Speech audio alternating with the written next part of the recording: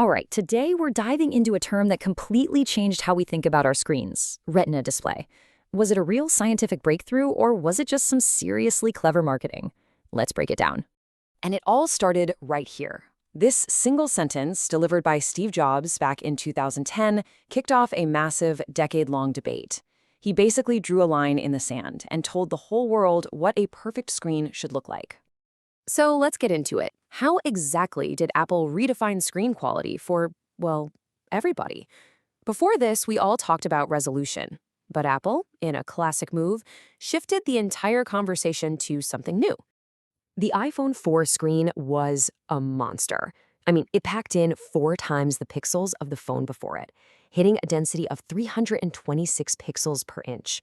This was a huge, huge leap. And the promise was simple: a screen so sharp your own eyes wouldn't be able to see the pixels. Now, this wasn't just marketing fluff. Or, at least it didn't seem like it at first. Apple actually had some science to back up this pretty bold claim, and it all boils down to a fundamental concept of how our eyes work. Yeah, it all comes down to this idea of normal vision, what's technically known as 20/20 visual acuity. You know, the standard eye chart test. That's what this is. It's a measure of your ability to see 2 distinct points from a certain distance. So if you do the math, here's how it shakes out.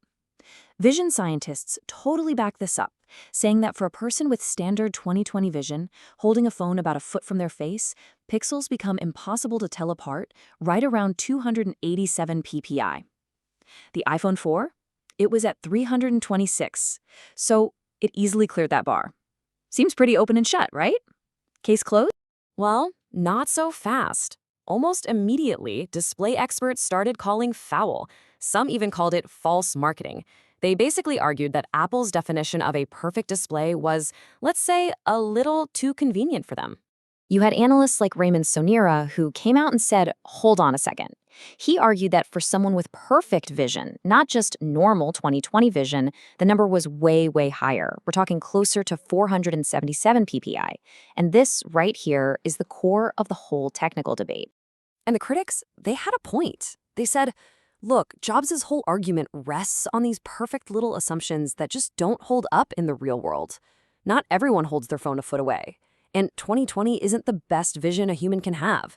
A lot of people, especially if you wear glasses, can see much, much sharper. But here's where it gets really interesting. The whole argument, this whole back and forth about seeing individual pixels, it might have been the wrong question all along.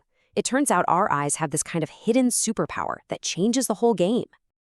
See, your ability to see detail is way more sophisticated than just spotting tiny little dots. Our eyes are incredibly, incredibly sensitive to other kinds of visual flaws. Okay, so we've talked about visual acuity, right?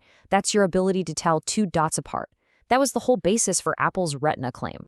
But then there's this other thing, a much more powerful kind of vision, called vernier acuity, or sometimes hyperacuity. This isn't just about what your retina sees. This is about what your brain does with that information. It's your brain's amazing ability to spot even the tiniest little break or misalignment in a straight line. So yeah, your eyes are pretty good at seeing 2 separate dots. But they're insanely good at seeing when 2 lines don't quite match up. We're talking up to 10 times better. Your brain is just hardwired to notice when a line isn't perfectly straight, even if the gap is smaller than a single cell in your eye. It's wild. And that is the key. This is why, even on a screen where you swear you can't see the individual pixels, you can still spot those jagged stair-step edges on digital text or on a diagonal line. It's not that you see the pixels themselves, it's that your brain's hyperacuity picks up on those tiny misalignments and basically screams, hey, that's not a perfectly smooth line. So after all that, who won? The scientists with their math or Apple with its marketing? Well, the answer isn't so simple because it's not really about who was scientifically correct. It's about why Apple's marketing was just so darn effective. Look, Retina Display was just brilliant. Absolutely brilliant marketing. Why? Because it skipped all the techie jargon like PPI and resolution. It focused on a simple benefit anyone could get. The pixels disappear. It turned a boring spec sheet into an actual experience. And you can see what happened next. It set off this crazy arms race in the industry.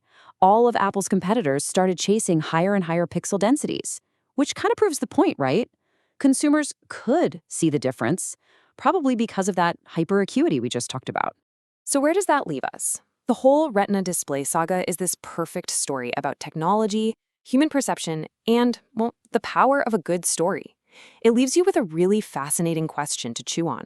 When does a marketing term actually become more powerful than the scientific fact it's based on?